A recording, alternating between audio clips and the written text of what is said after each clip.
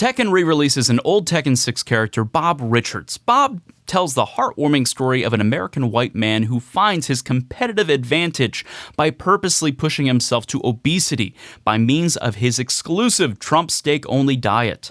God bless America. Welcome to Esports in a Nutshell. I'm Mark Register. GSL Baltics Samsung Challenge holds an esports tournament on the Obuoliu island using only a 4G LTE wireless connection. Ballsy. Stupid, but ballsy. Live streaming software company XSplit acquires gamer-centric social media platform Player.me and tournament management service Challenge for a total of $10 million. Call of Duty World League Stage 2 final winners include Team Envyus for North America, MindFreak for Australia and New Zealand, and for Europe, the new Millennium. Millennium. The big winners for EVO's event this weekend: NYChrisG wins Marvel vs. Capcom, SonicFox wins Mortal Kombat, Hollywood Sleep wins Killer Instinct, Ally wins Smash 4, Tonosama wins Pokkén, Saint wins Tekken, HungryBox wins Smash Melee, and Infiltration wins the big one, Street Fighter. Game developer Lima Sky announces their Esport League for their game Doodle Jump, which is used by 10 million monthly active users. Lima Sky is partnering with Skillz and will use their tournament management system to organize, officiate, and broadcast their games because nothing says cutthroat competition like Doodle Jump. And now, cryptocurrency, bringing monetary value to the Crypt Keeper's puns.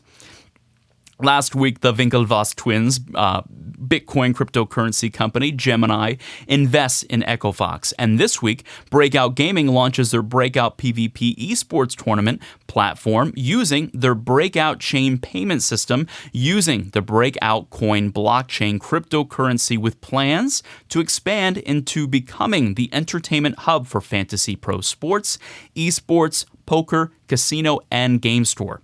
Why are cryptocurrency companies getting into esports? Cryptocurrency is a hard sell to the average person, but esports players and spectators are not the average person. They are tech-savvy individuals who most likely already know what cryptocurrency is and probably have a few bitcoins or other forms of blockchain cryptocurrency. So, sponsoring and advertising in the space is a great idea. Now, all the big skin betting sites are they're gone, and there's a huge demand for esports betting sites in America, but nowhere to go due to U.S. legal restrictions. But cryptocurrencies like Bitcoin or Breakout Coin can be used anonymously from anywhere. And if you really want to be safe, you can launder your Bitcoins using Clean Coin, which makes it almost impossible to track the currency's point of origin. So, we cut off the skin betting Hydra head, and now we have an esports betting market centered around cryptocurrency.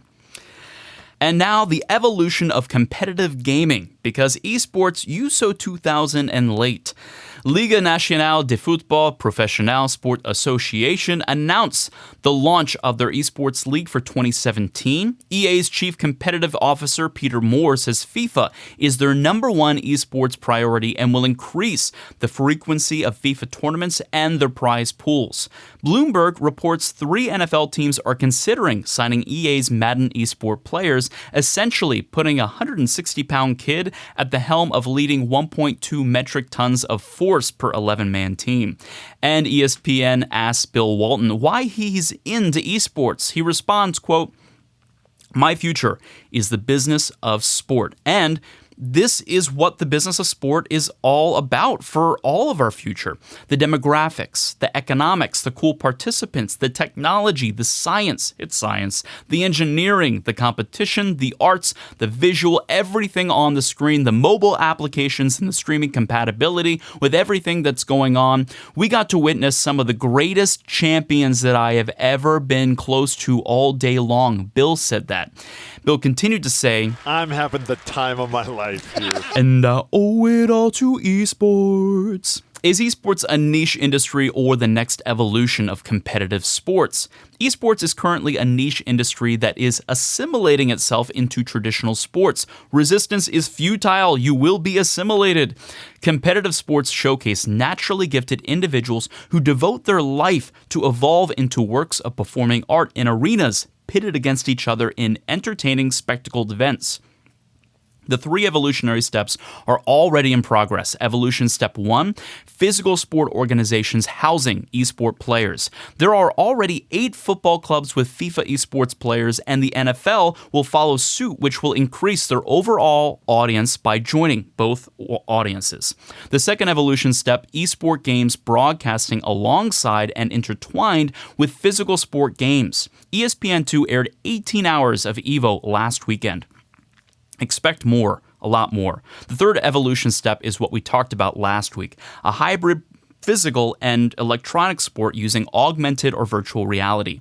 It's here with Virtuix Omni and The Void, but hasn't scaled or matured yet. When it does, it will combine the best parts of both worlds, creating a new series of hyper reality sports. And now, skin betting's swan song, because we're tired of talking about it. A copy of Valve's cease and desist letter makes its way to Reddit, showing the 23 skin betting companies that are going down. They're going down to Chinatown. Timo Brautigam for Esports Observer gives a comprehensive timeline of the rise and fall of the skin betting industry from 2011 to today. Spoiler alert, the Titanic sinks, and Counter-Strike skin gambling site CSGO Shuffle gets hacked. And Skype conversations between the site engineer, Dahao Joris, and YouTube Twitch personality, James Varga, Phantom Lord, are sent to Richard Lewis, talking about getting roll results ahead of time, indicating ownership of the site and payments. James Varga does not disclose his working relationship or potential ownership of CSGO Shuffle to his audience of 1.4 million subscribers. The accusations cause a permanent ban on his Twitch account. Richard continues to roll out these chat logs showing how the people involved managed to keep themselves hidden by means of loopholes or deception. Richard is asked why he put himself in harm's way to deliver the underbelly of this thing. He replies, "Because I don't have any skin in the game."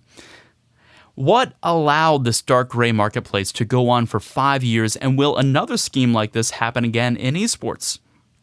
Being under the radar allowed this to go on for 5 years. Then in comes massive amounts of money and attention to shut it down. Most everyone who knew about skin betting either participated in it or they didn't care. As esports have been welcoming in multi-billion-dollar companies into the space, things like underage gambling and, well, illegal gambling need to be cleared out to lift the industry into legitimacy, making everyone's investment more valuable.